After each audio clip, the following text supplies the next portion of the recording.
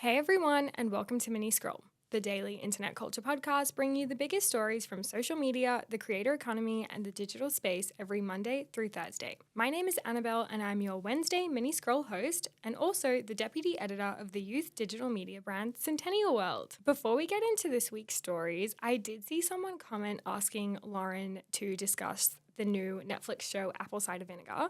And I'm obviously not Lauren, but I recently watched the show and I wanted to talk about it. So I'm using this as my opportunity because I'm super curious to hear what you guys thought of it. For those of you who aren't familiar with the show, it followed the influencer named Belle Gibson, who essentially faked having brain cancer to build her brand. I honestly had heard a little bit about the story before watching the show, but I really wasn't familiar with everything that went down. And obviously, it was partially fictionalized, so it wasn't all true. With that being said, I did really enjoy the series. I thought it was super well done and super engaging, but it was such a heavy watch. I don't know if I just kind of went in a little bit too blind, but I feel like I did not hear people talking about how intense of a show it was. Like, I really just binged it so it could be over because it was so heavy.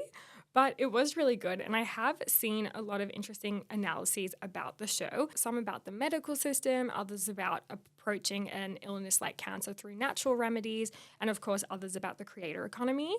But one analysis that I found specifically interesting was an essay published on Medium by a film critic named Janine T. Abraham. And she essentially explored how different characters' approaches to illness reflect different norms and experiences. So she did take a more critical lens, not critical in the negative sense, but she analyzed the show through kind of the lens of race. And I really thought it was such an interesting take. I will link it in the description. We did also include it in the newsletter last week. So if you're hearing me recycling points, no, you didn't. But yeah, I would definitely recommend looking at that.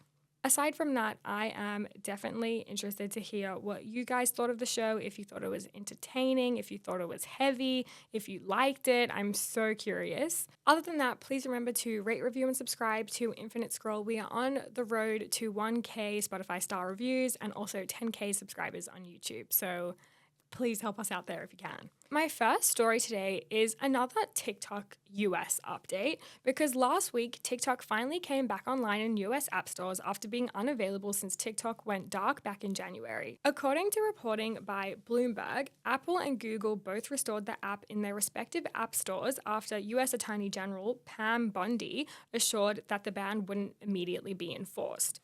As I'm sure we all remember, but last month there was so much confusion around how the ban would be instituted, along with who would be penalized when it came to the January 19 deadline. And with that, obviously, app stores were very cautious of how they approached the ban. But as TechCrunch reported earlier this week, quote, service providers like Oracle restored their services to the app, but Apple and Google kept the app out of their US app stores since there was some confusion regarding the penalties that would be imposed, given the law had only been deferred. Ever since then, TikTok users who had deleted the app at the time of the ban haven't been able to re-download it from the App Store. I don't know how much you guys really listen to Cancel these days or how often it comes up on your For You page, but Brooke Schofield is one example of a user who deleted the app when TikTok went dark. She's been talking about on and off how she hasn't been able to re-download the app and how she just feels out of the loop because everyone else is back on TikTok. Even though there are users who haven't been able to re-download the app, Trump, since the beginning of his term, has made it clear that he's working to save TikTok. And obviously, we have spoken about that at length on this podcast. But that doesn't mean stability for the platform. As we know, many users and companies still remain concerned about the future of TikTok. As Mark Gurman explains for Bloomberg, quote, the move follows weeks of uncertainty about TikTok's future, and there's still no guarantee that it will survive in the US in the long run. So, to stop everything that went down in January from happening again, the government essentially has to make a deal by early April, which is 75 days since Trump signed the executive order that delayed the ban. While there have been a few updates about which companies are vying for TikTok, some of which I have reported on, it is still very much up in the air. However, there have been some reports that the TikTok portfolio and the deal-making process has been passed over to Vice President JD Vance.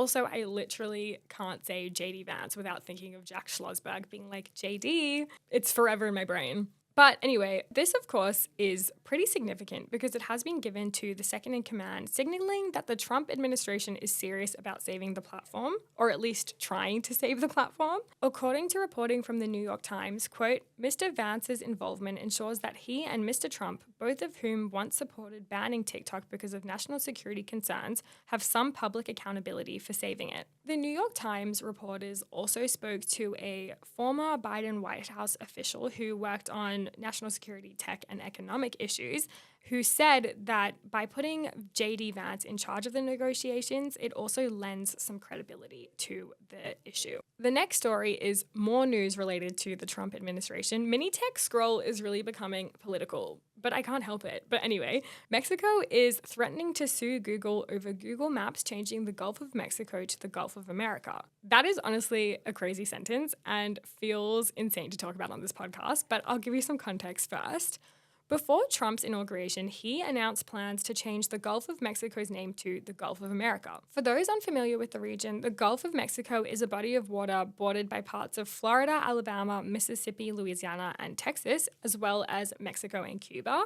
And on his first day in office, Trump did go on to sign an executive order which changed the name of the body of water. As far as the reaction to this move, many Trump supporters backed the decision, while others were kind of confused about the desire to change the name. Nonetheless, various companies have pushed back, one such being the Associated Press.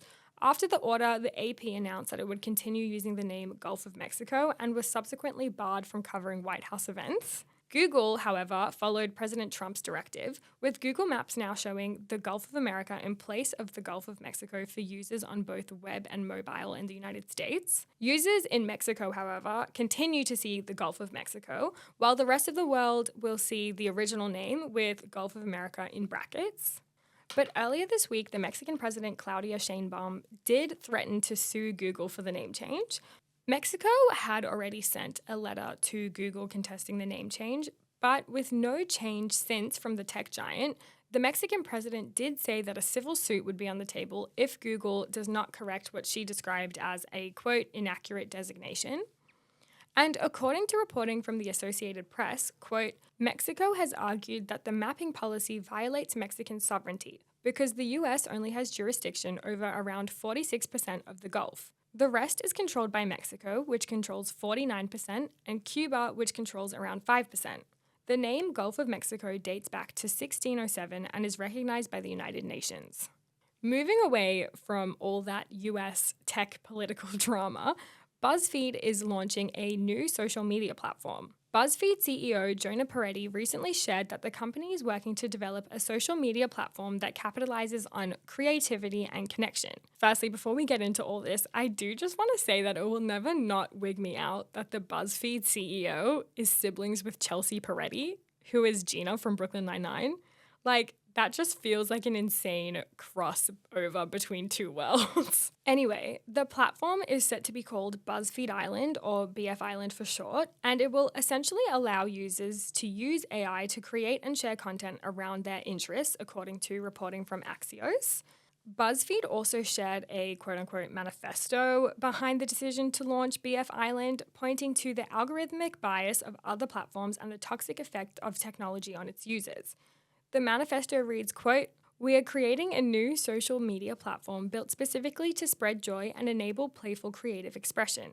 This social media platform will use AI to give users agency instead of stealing their agency. I'm fed up with giving the platform companies advice about how to fix the internet.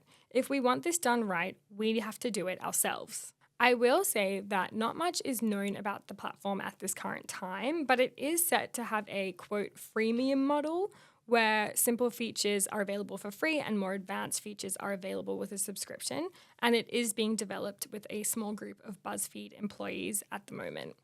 Given the state of publishers, publishing, and media kind of more broadly, I do really think it's cool to see a media company, obviously with a major publishing wing, make moves like this and experiment with new platforms and revenue streams. Whatever you think of BuzzFeed, it has always kind of been a trailblazer. We covered this a little bit in a deep dive last year where we went into the evolution of digital media, and we spoke about how BuzzFeed really bridged the gap between publishers and influencer culture. Along with that, BuzzFeed has always kind of taken unique approaches to media. For instance, when it was first launched, it didn't actually employ any writers or editors, relying solely on an algorithm to track stories that were on the brink of virality. And now this might kind of seem obvious, but this was back in 2006, and a lot has obviously changed since then. I am definitely excited to see where this goes, although I am a little bit cynical about new social media platforms being launched and whether people will actually go to them or if it will just be a fad. I think it is really hard to have the longevity of certain apps like TikTok, Instagram, YouTube. But with that being said, I don't think it's impossible. I just don't know if this will be it. And finally, my last story for today is that Netflix is attempting to cash in on the creator economy by making a play for podcasters. According to recent reporting from Business Insider, Netflix is eyeing podcasters for potential deals. Insiders familiar with Netflix's strategy told the publication that the company has been exploring ways to bring podcasting talent onto the platform. According to the same article, which will be linked in the description, don't worry, but Netflix reportedly considered a deal with Alex Cooper, who was the host of Call Her Daddy, last year, but she ultimately signed with SiriusXM in a deal worth up to $125 million. But with that being said, Netflix is reportedly becoming more and more open to the idea of podcasters hosting talk-based video shows, and the push to bring in podcasters also shows Netflix's broader shift towards working with digital creators. While this may seem like a little bit of a shift, and it is definitely being reported as such, I'm not exactly sure if that is the case. Recently, Netflix did start working with Ms. Rachel, who is a YouTuber who is very popular among children, but she was by no means the first influencer that Netflix has worked with. I know this is a controversial example, and I do not want to direct any more attention to her than I should, but Colleen Ballinger did work with Netflix way back in 2016-2017 as Miranda sings for Hey to Back Off. So while they may be moving to podcasters, and granted that is a little bit different from more mainstream YouTubers and influencers, it is not Netflix's first foray into the influencer realm by any means. And honestly, with Netflix making a play for podcasters, it isn't exactly surprising. Firstly, of course, podcasters are so popular, but also because YouTube has cemented itself as one of, if not the top platform for podcasts, and that is a competitor to Netflix. I am sure Netflix is paying close attention and wanting to compete with YouTube for streaming time of consumers. Anyway, that is everything from me today. I really hope you enjoyed this week's episode. I don't think I'll be speaking to you next week because Mini Scroll's taking a week off because Lauren will be at a conference, but I will see you the week after that, and Lauren will speak to you tomorrow. Thanks. Bye.